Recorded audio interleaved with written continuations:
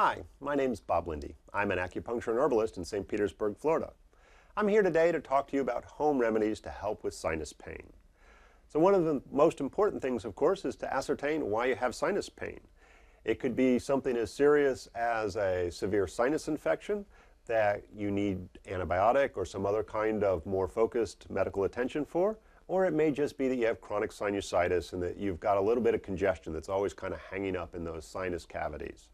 So once you ascertain what the problem is, you can figure out what the best approach is. So there's a wonderful Chinese formula out there that you can get from your local Chinese herbalist that's considered very safe, but I always recommend that people see a practitioner or a qualified herbalist once. It has magnolia flower in it from China, which is a very helpful herb oftentimes for any kind of sinus congestion and pain.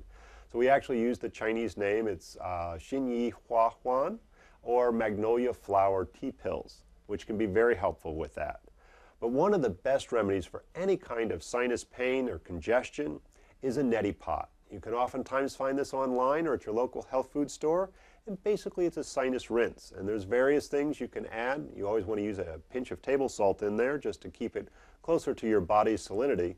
But there's things that you can add into it like a garlic wash, essential oils, or other things that are very specific. Most neti pots do come with directions, so I would follow the directions very closely in your neti pot. And it's most effective when used on a fairly regular basis, not just when you've got the pain. So you can oftentimes cure it with the neti pot alone. And one of the other herbs that's very helpful to drink as a tea is thyme. And so that's helpful if you're starting to get a sinus infection or a very thick congestion. The aromatic properties of the thyme made as a tea can be very, very helpful for starting to break up that congestion. So make sure that you find out why you've got the sinus congestion and pain that you've got.